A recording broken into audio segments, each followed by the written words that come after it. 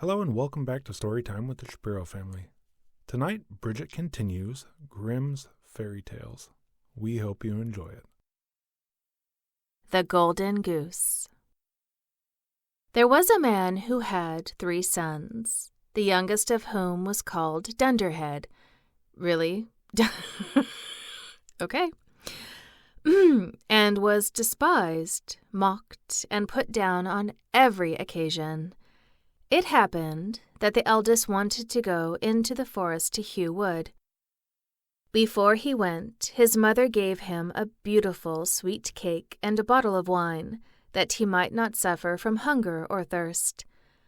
When he entered the forest, there he met a little old gray man, who bid him good day and said, "Do give me a piece of your cake out of your pocket, and let me have a draught of your wine. I am so hungry and thirsty." But the prudent youth answered, "If I give you my cake and wine, I shall have none for myself. Be off with you." And he left the little man standing and went on. But when he began to hew down a tree, it was not long before he made a false stroke, and the axe cut him in the arm. So he had to go home and have it bound up. And this was the little gray man's doing. After this, the second son went into the forest, and his mother gave him, like the eldest, a cake and a bottle of wine. The little old gray man met him likewise, and asked him for a piece of cake and a drink of wine. But the second son, too, said with much reason, "What I give you will be taken away from myself. Be off!" And he left the little man standing and went on. His punishment, however, was not delayed. When he had made a few strokes at the tree, he struck himself in the leg. So he had to be carried home. Then Dunderhead said, "Father, do let me go and cut wood." The father answered, "Your brothers have hurt themselves doing so. Leave it alone. You do not understand anything about it." But Dunderhead begged so long that at last he said, "Go, then. You will get wiser by hurting yourself."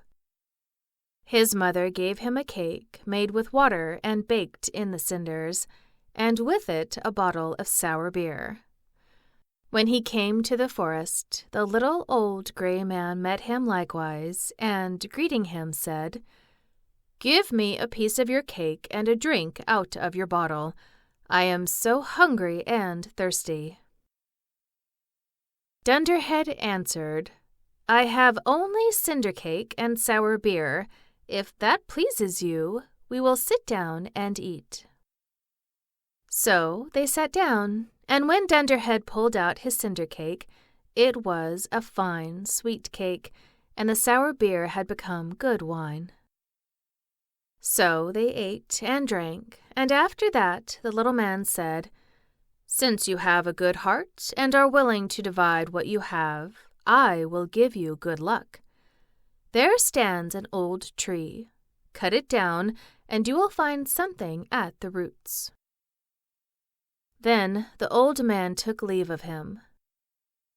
Dunderhead went and cut down the tree, and when it fell there was a goose sitting in the roots, with feathers of pure gold. He lifted her up, and taking her with him, went to an inn, where he thought he would stay the night.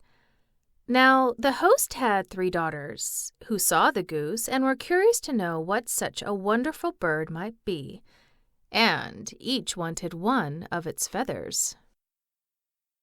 The eldest thought, "I shall soon find an opportunity of pulling out a feather." And when Dunderhead had gone out, she seized the goose by the wing, but her finger and hand remained sticking fast to it. The second came in soon afterward, thinking only of how she might get a feather for herself, but she had scarcely touched her sister than she was held fast. At last, the third came with the like intent, and the others screamed out, "Keep away! For goodness' sake, keep away!" But she did not understand why she was to keep away. "The others are there," she thought. "I may as well be there too," and ran to them. But as soon as she had touched her sister, she remained sticking fast to her. So they had to spend the night with the goose.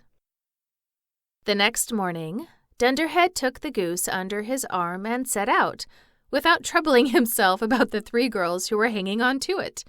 They were obliged to run after him, now left, now right, just as he was inclined to go. Did he notice they were there? In the middle of the fields, the parson met them, and when he saw the procession, he said, "For shame, you good-for-nothing girls! Why are you running across the fields after this young man? Is that seemly?"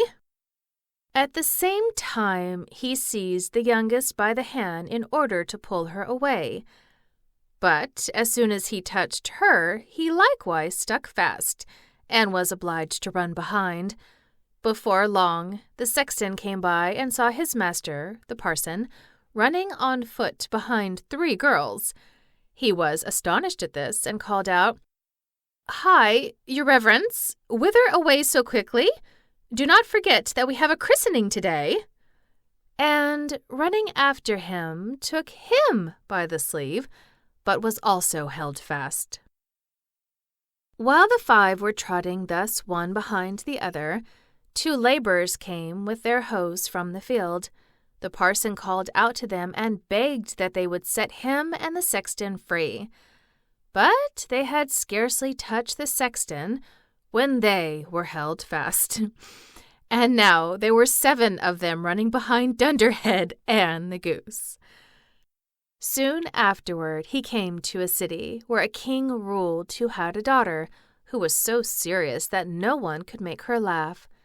So he had put forth a decree that whosoever should make her laugh should marry her. When Dunderhead heard this, he went with his goose and all her train before the king's daughter. As soon as she saw the 7 people running on and on, one behind the other, she began to laugh very loudly, as if she would never leave off.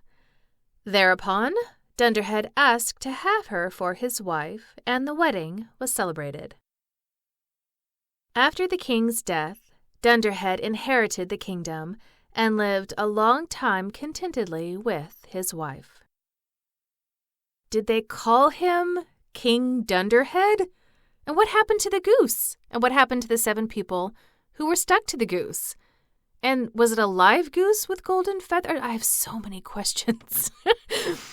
But that was the Golden Goose. Thank you for joining us for that strange tale. I hope you enjoyed it. If you enjoy this podcast, please rate, review, tell your friends, subscribe, and join us next episode for another Grimm's Fairy Tale. Good night.